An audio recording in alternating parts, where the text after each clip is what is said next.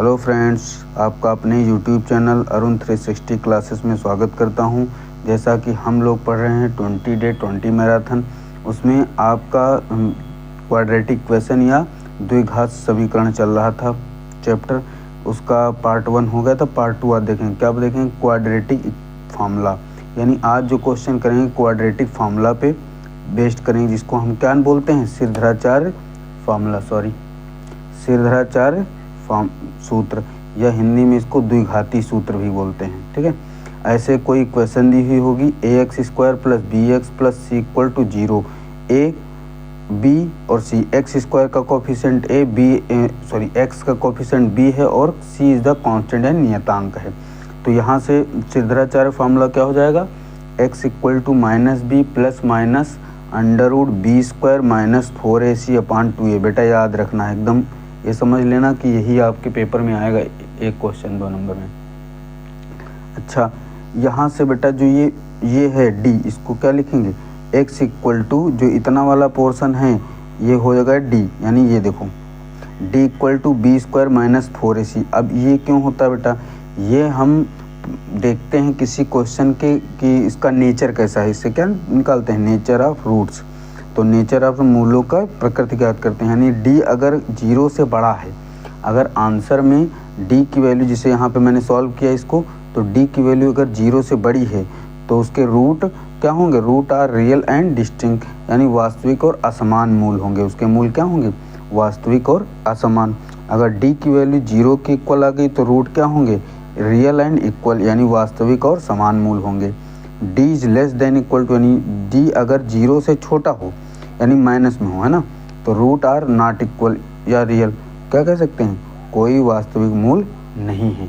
ये दोनों, ये वाला फॉर्मूला एक याद रखना है, और ये सिरधराचार्य या द्विघाती या कहते हैं क्वाड्रेटिक इक्वेशन, और ये वाला फॉर्मूला याद रखना है। नेचर में आपको पूछेगा मूलों का नेचर या नेचर ऑफ रूट, क्या बोलेंगे? d greater than 0, d = 0, d less than 0। यानी पहला अगर बड़ा होगा तो वास्तविक और असमान, और दूसरा इक्वल वास्तविक और समान, और तीसरा क्या होगा? अगर 0 से छोटा है तो उसको वास्तविक मूल नहीं होंगे या रियल रूट नहीं होंगे। आगे बढ़ते हैं। जो ये फॉर्मूले पढ़े हैं उन पे बेस क्वेश्चन कर लेते हैं, जिससे एकदम कंफर्म हो जाए, है ना। वही समझ लो बेटा, जो हम पढ़ा रहे हैं वही सब आएगा। कह रहा है क्या? Find the nature of the root of the following quadratic equation if the real root exist. अगर रियल रूट एग्जिस्ट करते हैं तो फाइंड करना है। देन हिंदी में देखो, निम्न द्विघात समीकरण के मूलों की प्रकृति ज्ञात की, यदि मूलों का अस्तित्व हो तो उन्हें ज्ञात की। यानी हमको नेचर भी बताना है और मूल भी, मतलब रूट्स भी ज्ञात करना है, मूल भी ज्ञात करना है ना। तो पहले हम इसको किससे कंपेयर करेंगे? पहले हम कंपेयर करेंगे किससे? ax² + bx + c से कंपेयर कर लेंगे। अब यहाँ से a की वैल्यू क्या निकल के आएगी? a की वैल्यू 2, b की वैल्यू -3 क्योंकि -3 है, और c की वैल्यू 5। ये आया समझ में? अभी हमने क्या पढ़ा है कि मूलों की प्रकृति ज्ञात करने के लिए d = b² - 4ac। पहले हम प्रकृति ज्ञात कर लेते हैं या नेचर ज्ञात करते हैं, या मूलों की प्रकृति या रूट, नेचर ऑफ रूट।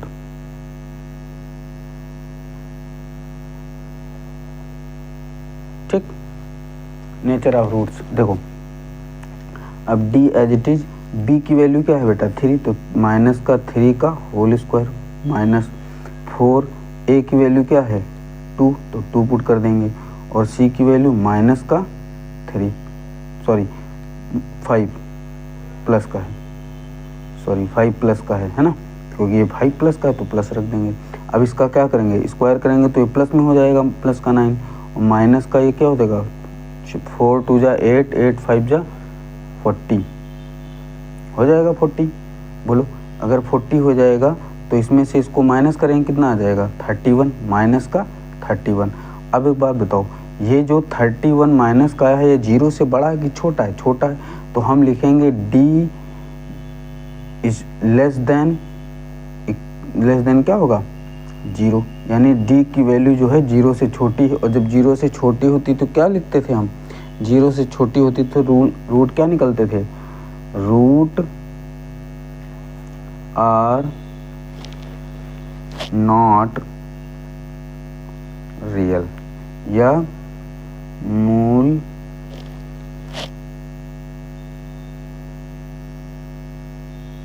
कहते हैं, कोई वास्तविक लिख दो, कोई वास्तविक मूल नहीं। तीसरी कंडीशन है, थर्ड कंडीशन वाली देखो, यही तो लगती थी अभी जो पढ़ाएं तुरंत। अब देखो, अब ये नहीं है, जिनके कोई रूट है ही नहीं, यानी वास्तविक रूट नहीं है, तो हम क्या करेंगे, अब देख लेंगे कि हाँ होगा कि नहीं होगा। तो उसके लिए क्या फॉर्मूला लगता है, x equal to minus B plus minus under root क्या हो जाएगा, d अपॉन में 2a, यही पढ़ाए हैं। माइनस बी की वैल्यू माइनस का 3 और प्लस माइनस अंडर रूट में d की वैल्यू क्या आई है, माइनस का 31 अपॉन में 2, a की वैल्यू 2 है, तो ये क्या आ जाएगी बेटा, minus minus plus 3 plus minus under root minus का 31 अपॉन में 4। देखो ये आएंगे, क्या ये रूट एग्जिस्ट करेंगे, नहीं एग्जिस्ट करेंगे, है ना। तो ये हम कह सकते हैं root are non real, real नहीं होंगे, मतलब इमेजिनरी होंगे, है ना। नेक्स्ट पार्ट पे बढ़ते हैं। नेक्स्ट पार्ट क्या कह रहा है, नेक्स्ट पार्ट देखो, इसको भी हम क्या कंपेयर करेंगे, X square plus B X plus C से क्या करेंगे, तुलना करेंगे, क्या करेंगे, तुलना करेंगे या कंपेयर करेंगे, लिखेंगे तुलना करने पर या कंपेयर करने पर। तो a की वैल्यू यहाँ से 3 आ जाएगी, b की वैल्यू आएगी माइनस का 4√3 और c की वैल्यू आएगी 4। ठीक, अब इसमें क्या होगा बेटा, डायरेक्ट हम पहले मूल नेचर ऑफ रूट पता कर लेंगे, नेचर ऑफ रूट्स या मूलों की प्रकृति,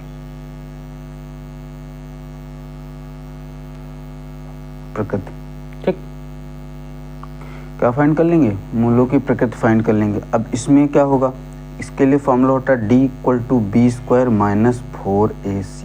अब b की वैल्यू देखो क्या है ये, तो माइनस 4 अंडर रूट 3 का होल स्क्वायर माइनस 4, या a की वैल्यू 3 तो 3 रख देंगे, और c की वैल्यू 4 है तो 4 पुट कर देंगे। अब ये क्या हो जाएगा, 4 4 जा 60 और 63 जा यानी 4 चौक 16, 16 3 48 में कितना हो जाएगा, प्लस का 48 और माइनस का ये कितना हो जाएगा, 4 3 12 12 चौक 48 48। ये देखो ये क्या हो जाएगा, 0 आ जाएगा, यानी d की वैल्यू क्या आ गई, d की वैल्यू आ गई 0। यानी d की वैल्यू जब 0 के बराबर होगी तो हम क्या लिखते थे कि जो रूट हमारे होंगे वो रियल और इक्वल होंगे। तो क्या लिखेंगे, roots are real and equal, या क्या लिखेंगे हिंदी में, वास्तविक और समान मूल होंगे, वास्तविक और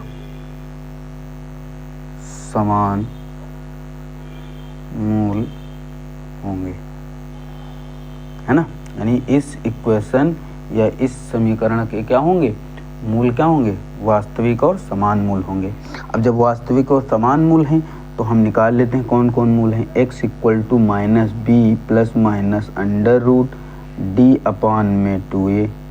अब b की वैल्यू क्या है, minus 4 under root 3 plus minus under root कितना आ गया है 0 अपॉन में 2a 2 इंटू 3 a की वैल्यू। अब इसको बेटा क्या लिखेंगे, माइनस का 4√3 और ये 0 से कोई मतलब नहीं तो हो ख़त्म हो जाएगा उधर का मामला, है ना।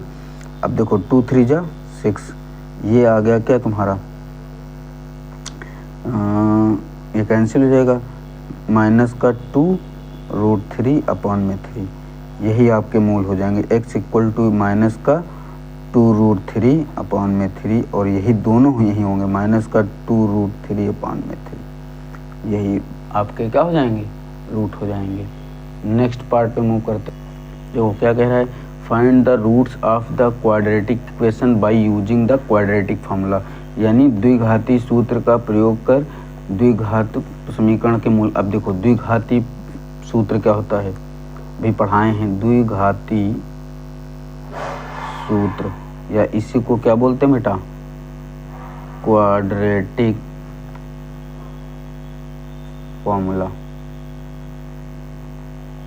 ठीक, ये होता है x equal to minus B plus minus under root b square minus 4ac upon में 2a, है ना, ये होता है। अब यहाँ से पहले हम कंपेयर यानी तुलना करेंगे। ax स्क्वायर प्लस का bx प्लस का c इक्वल टू 0, तो a की वैल्यू 2 हो जाएगी, b की वैल्यू यहाँ से क्या आ जाएगी इक्वल टू माइनस का 3 और c की वैल्यू भी माइनस का 5 हो जाएगी, है ना।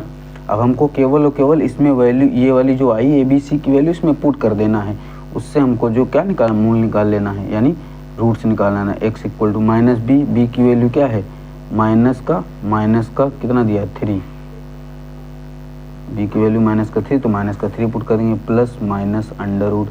अब बी की वैल्यू भी माइनस 3 तो स्क्वायर है, स्क्वायर कर देंगे, फिर माइनस लगा है, फिर 4 गुणे में ए की वैल्यू 2 है और सी की वैल्यू क्या है माइनस में 5। इतना समझ में आया बेटा। अब अपॉन में इसके क्या हो जाएगा 2 इंटू ए की वैल्यू क्या है, ए की प्लेस पर रख देंगे 2, है ना। तो x इक्वल टू क्या आ गया, ये माइनस माइनस क्या हो जाएगा प्लस का 3 प्लस माइनस अंडर रूट 3 3 जा 9 यानी 3 3 का 9 माइनस माइनस माइनस प्लस 4 दूनी 8 पंचे 40 बटे 2 दूना 4 यानी x equal to 3 plus minus under root 49 यानी 49 अपॉन में 4। इतना समझ में आया बेटा। देखो इसके आगे अब x इक्वल टू क्या निकालेंगे 3 प्लस माइनस ये इसका 49 यानी 49 का अंडर रूट क्या निकलता है 7 अपॉन में 4।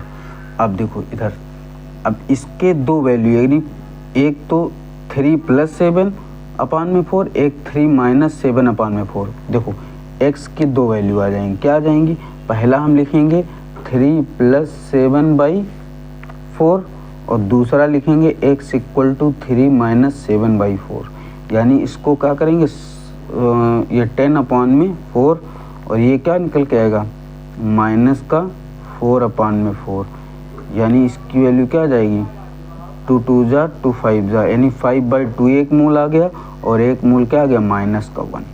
क्या आ गया, एक मूल आपका ये आ गया 5 बाई 2 यानी 5 बटे 2 और एक मूल क्या गया यानी एक रूट आ गया माइनस का 1 और एक आ गया, यही आपका आंसर हो जाएगा।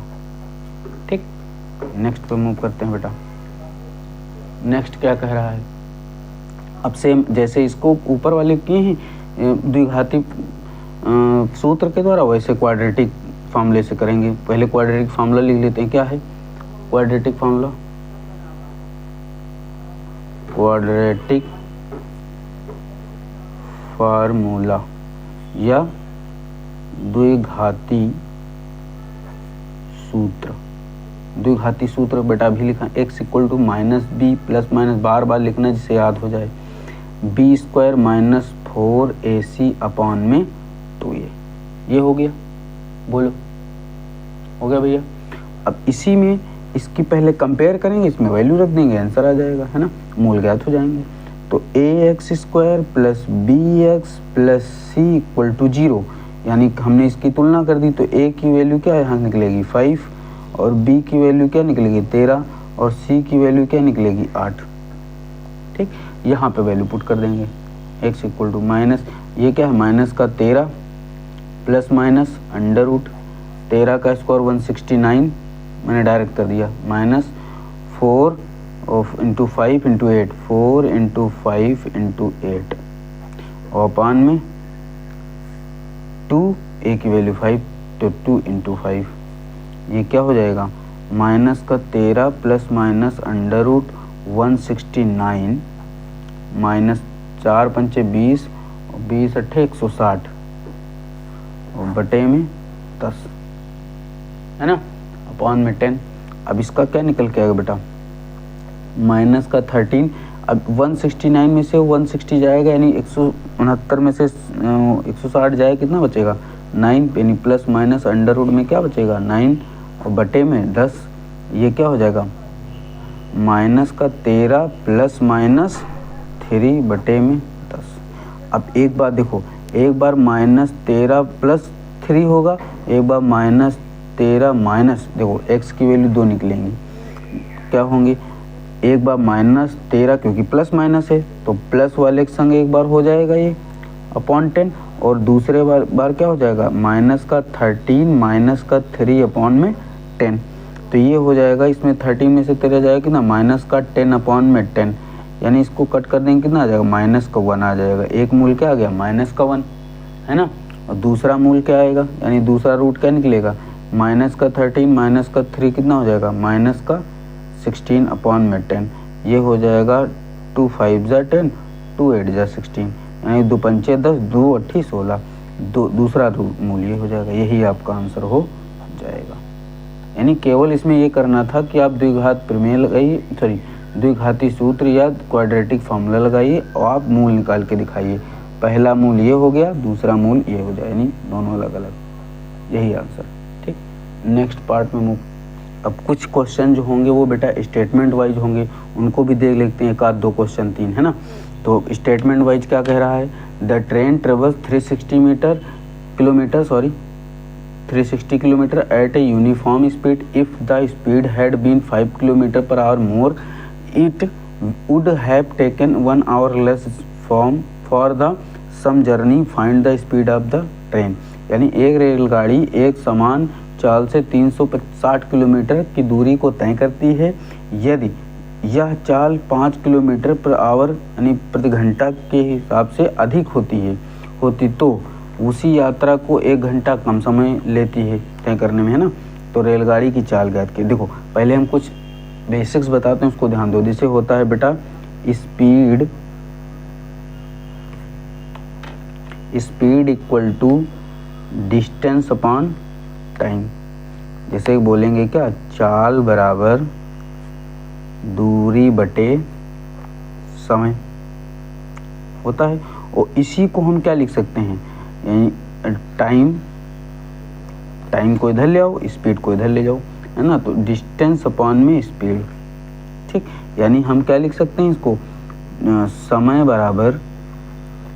बराबर दूरी बटे चाल। ये आपके फॉर्मूले होते हैं, इसको सॉल्व करने से पहले आपको पता होना चाहिए, है ना। अब हम क्या करेंगे कि लेट करेंगे, क्या, let the speed of train equal to x. यानी माना रेलगाड़ी की चाल कितना है, एक्स है, ठीक। अब ये कह रहा है कि 5 किलोमीटर पर आवर मोर कर दिया। देखो अगर मान लो यही होता और डिस्टेंस दूरी कितनी दी है, एंड डिस्टेंस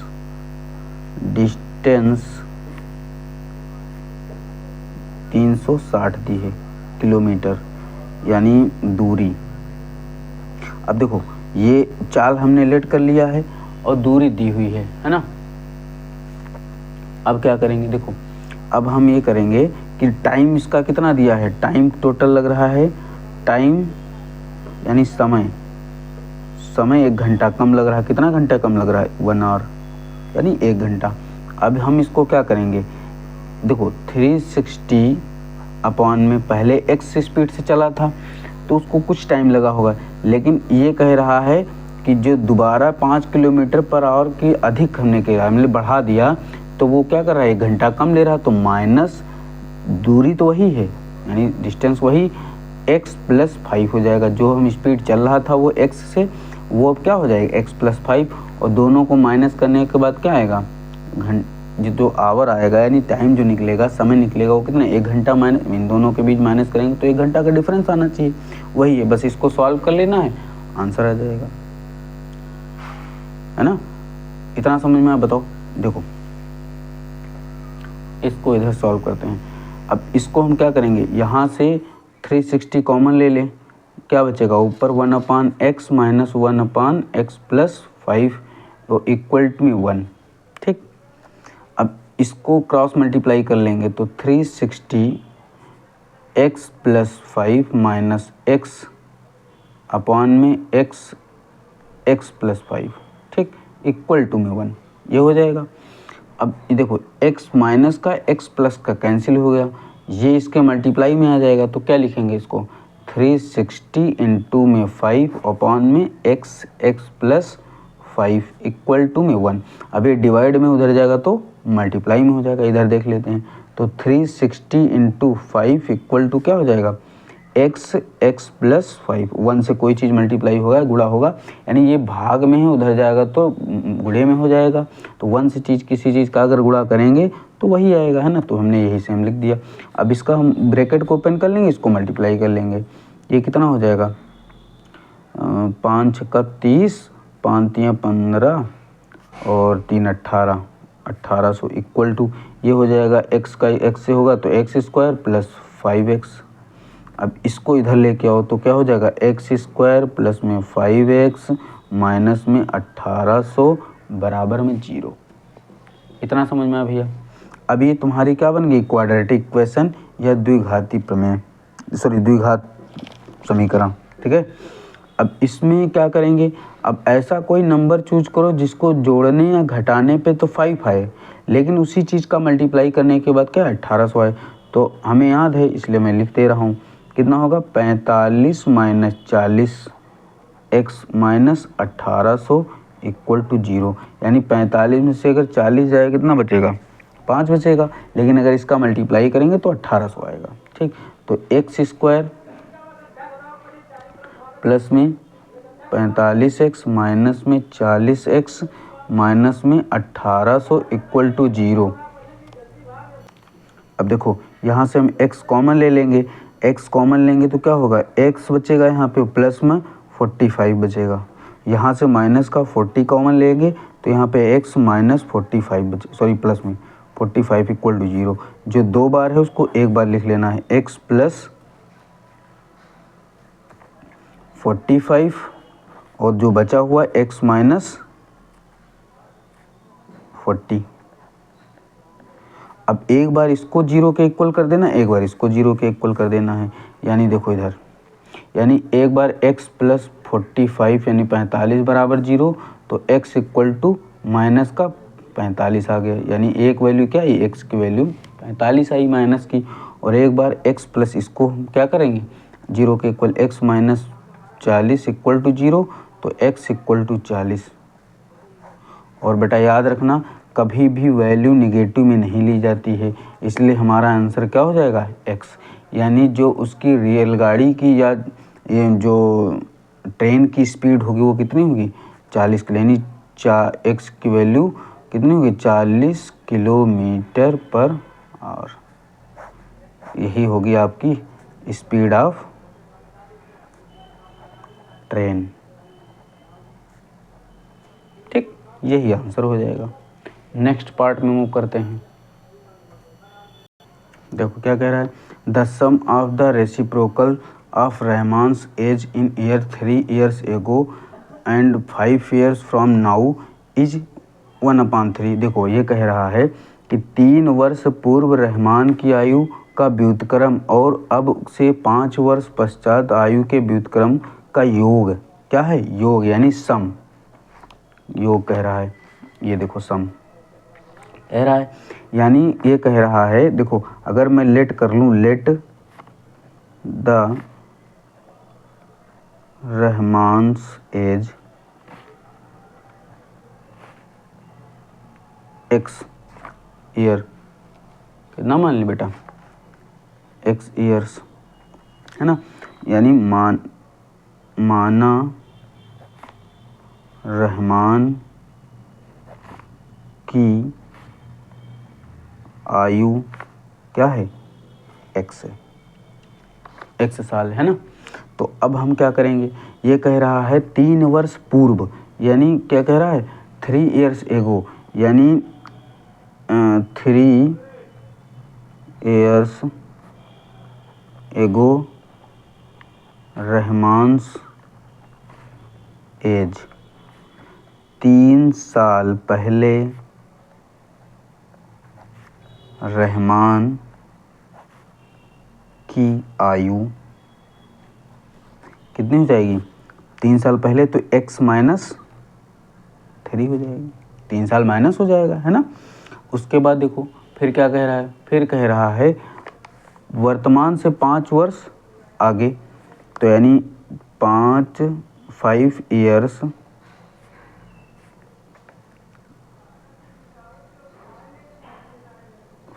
ईयर्स नाउ, यानी कितना हो जाएगा x प्लस 5, उसका भी 5 साल बाद कितनी हो जाएगी 5 प्लस ये, यानी और बोला है इन दोनों व्युत्क्रमों का योग कितना होगा, इतना होगा 1/3, यानी व्युत्क्रम मतलब इसका व्युत्क्रम बोलेंगे तो 1/x माइनस 3, इसका व्युत्क्रम बोलेंगे तो 1/x प्लस 5, व्युत्क्रम ही होता है, मतलब जो होगा उसका उल्टा व्युत्क्रम। तो हम सीधा लिखेंगे क्वेश्चन पे, यानी इन दोनों का सम किसके इक्वल होगा 1/3 के, तो हम लिख देंगे 1/x minus 3 plus 1/x plus 5 equal to 1/3। यही क्वेश्चन था। अब निकालना क्या है, वर्तमान आयु, यानी जो एज है इसकी प्रेजेंट, ये x निकालना हमको, है ना।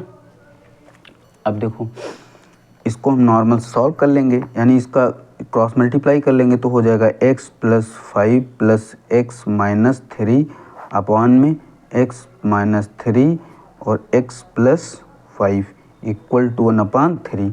ये देखो क्या हो जाएगा, x कितना हो जाएगा 2x, और इसका इससे होगा माइनस, तो माइनस प्लस का 5 में से 3 गया 2, बचेगा, बोलो बचेगा ना भैया। अब देखो अपॉन में x माइनस 3, ये देखो, यानी यहाँ से मैं क्या करूँगा, 2x, देखो x प्लस x 2x, 5 में से 3 गया तो प्लस का 2, अपॉन में x माइनस 3 है और x plus 5 as it is रख देंगे इक्वल टू 1/3। बोलो इतना समझ में आए। अब देखो इसका भी क्रॉस मल्टीप्लाई कर लेंगे, तो ये हो जाएगा 3 का इससे मल्टीप्लाई होगा तो 3 2 जा 6, यही होगा ना, 3 2 जा 6 x प्लस 3 2 जा 6 इक्वल टू ये हो जाएगा x माइनस 3 और x प्लस 5, यही होगा। आगे देखो ये हो जाएगा क्या 6x minus 6 sorry plus equal to, इसका एक बार इससे होगा तो x स्क्वायर, x का 5 से होगा तो प्लस का 5x, 3 का x से होगा तो माइनस का 3x, इसका 3 का 5 से होगा तो 5 3 जा 15, यानी 5 3 15, माइनस का 15 प्लस माइनस माइनस। अब इधर जो है बेटा इसको इन सबको इधर ले आओ, यानी एक्स स्क्वायर प्लस में 5x माइनस 3x माइनस में 15 और ये सब माइनस में हो जाएगा 6 माइनस में 6 इक्वल टू 0। ठीक, यानी इसको उठा के हम इधर ले आए तो ये सब 0 बन गया, तो इधर हमने 0 लगा दिया, इन सबको इधर मतलब रखा दे दिया, इसको उठा के इधर जो प्लस में थे ये सब माइनस में हो गए।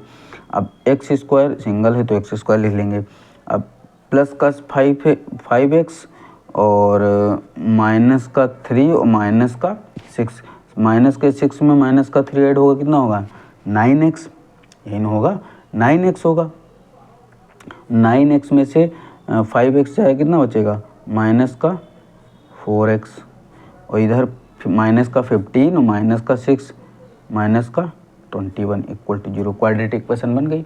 अब इसको नॉर्मल सॉल्व कर लेना। अब ऐसा कोई नंबर चूज करो बेटा जिसको मल्टीप्लाई करने के बाद 21 आए और माइनस या प्लस करने 4 आए। देखो मैं बताता हूँ, एक्स स्क्वायर माइनस अगर 7 माइनस 3 कर दूँ तो 7 3 जा यानी 7 3 21, 7 में से 3 का 4 है ना, माइनस का 21 इक्वल टू 0 आया।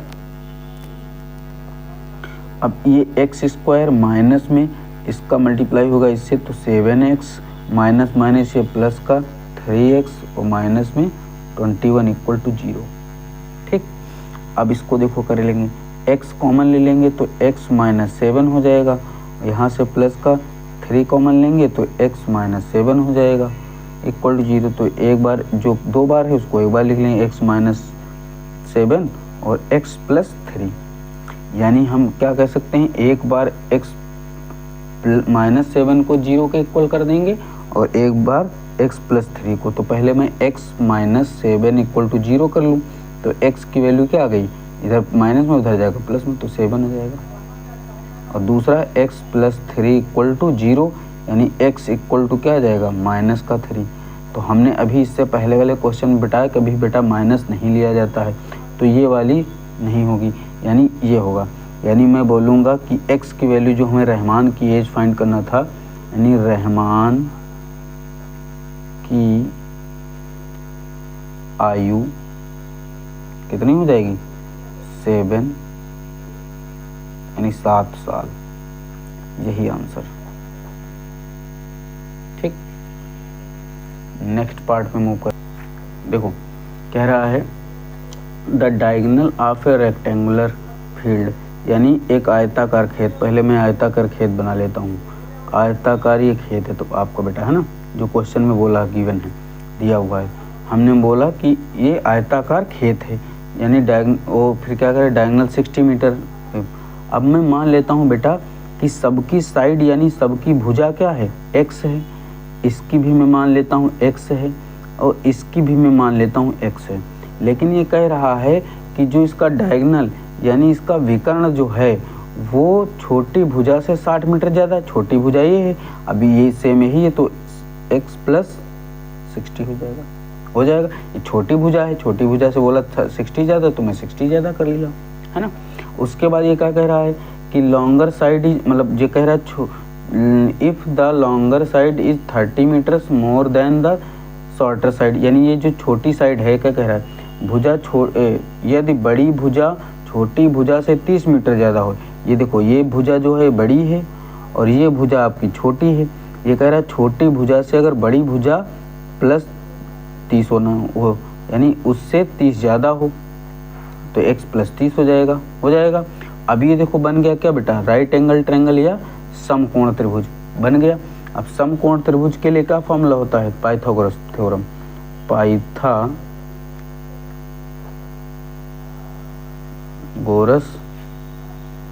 प्रमेय।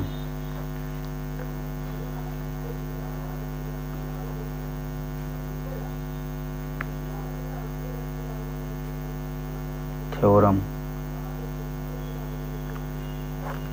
देखो क्या होता है, अब परपेंडिकुलर स्क्वायर बेस का square plus equal to hypotenuse. मैं डायरेक्ट लिख रहा हूँ एक्स स्क्वायर प्लस में एक्स प्लस 30 का होल स्क्वायर इक्वल टू क्या हो जाएगा, एक्स प्लस 60 का whole square.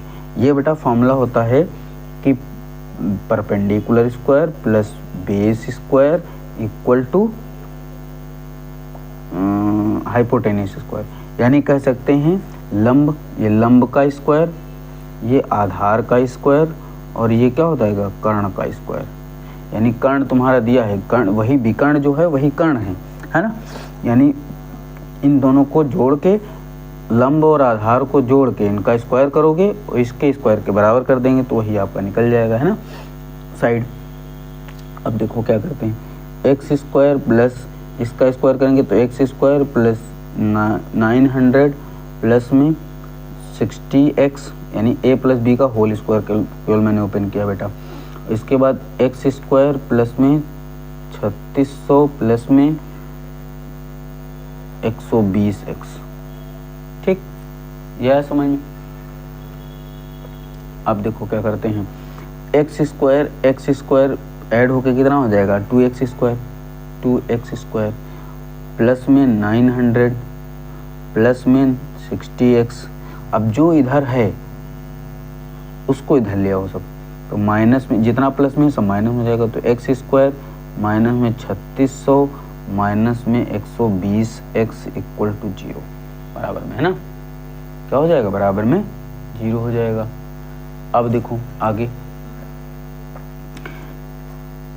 2x square minus x square जाएगा तो क्या बचेगा, एक्स स्क्वायर 2x² में से एक x² जाएगा तो एक x² बचेगा। अब 120x में से माइनस में से 60x माइनस है तो माइनस का 60x बचेगा, यानी 60x। और इस 3600 में से 900 जाएगा, कितना बचेगा? माइनस का 2700 इक्वल टू 0। इतना समझ में आया? बोलो भैया, समझ में आया इतना? अब इसका हम क्या कहेंगे, क्वाड्रेटिक इक्वेशन या द्विघात समीकरण बन गई। अब द्विघात समीकरण को सॉल्व कर लेंगे। अभी सेंटर वाले को देखना है, बीच वाले को, है ना। तो इसमें क्या है, ऐसा कोई नंबर चूज करो जो जोड़ने या घटाने पे 60 आए और मल्टीप्लाई करने के बाद 2700 आए, यानी 60 आए जोड़ने पे या घटाने पे और उसको मल्टीप्लाई करें तो 2700 आए। तो क्या होता है, x² माइनस 90 माइनस 30, 90 माइनस 30 के 60 आएगा, 9 3 27, यानी 2700 आएगा। माइनस का 2700 इक्वल टू 0। x² माइनस में इसका इससे मल्टीप्लाई करेंगे तो 90x, माइनस माइनस ये प्लस बना देगा, इसका इससे होगा तो 30x हो जाएगा, माइनस में 2700 इक्वल टू में 0 हो जाएगा।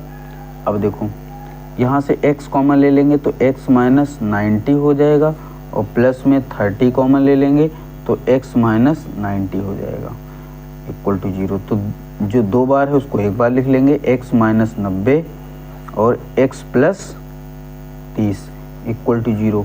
तो हम फिर से क्या करेंगे, एक बार x प्लस 30 को 0 के इक्वल, तो x इक्वल टू माइनस का 30, क्योंकि प्लस में उधर जाएगा तो माइनस में, और एक बार x माइनस 90 इक्वल टू 0, यानी देखो फिर दोबारा क्या करेंगे, x माइनस 90 इक्वल टू 0, तो x इधर माइनस में उधर जाएगा तो प्लस में, x इक्वल टू 90। ठीक, समझ में? अब अभी हमने इससे पहले क्वेश्चन में क्या पढ़ाया था कि कभी बेटा निगेटिव वैल्यू इसमें नहीं ली जाएगी। तो आपका क्या हो जाएगा, यानी खेत की जो साइड होगी या जो हमें निकालना था, यानी खेत की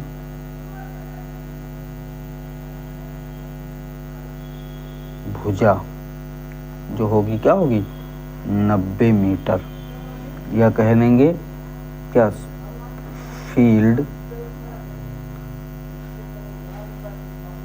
ऑफ साइड ऑफ फील्ड होता है क्या, साइड ऑफ फील्ड 90 मीटर, यही आपका आंसर हो जाएगा। यानी साइड ऑफ फील्ड क्या हो जाएगा, 90 मीटर। सो आई होप आप लोगों को अच्छे समझ में आएगा।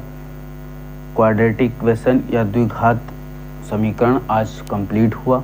इससे बढ़ के बेटा कोई क्वेश्चन आपके एग्ज़ाम पेपर में, बोर्ड में भी नहीं आएगा। आप कर लेना बहुत अच्छे से, इससे टाइप बाहर नहीं जाएगा। हो सकता है आप में चेंज कर दे कुछ नंबर्स, तो उसको बेटा अच्छे से प्रैक्टिस करना। बाकी टाइप इससे बढ़ के नहीं जाएगा। आपके पेपर जब आएगा तो आप देख लेना यही वीडियो खोल के, देखो सर में जो करवाया था उसी टाइप का या वही आया है ना। थैंक्स, जय हिंद, जय भारत।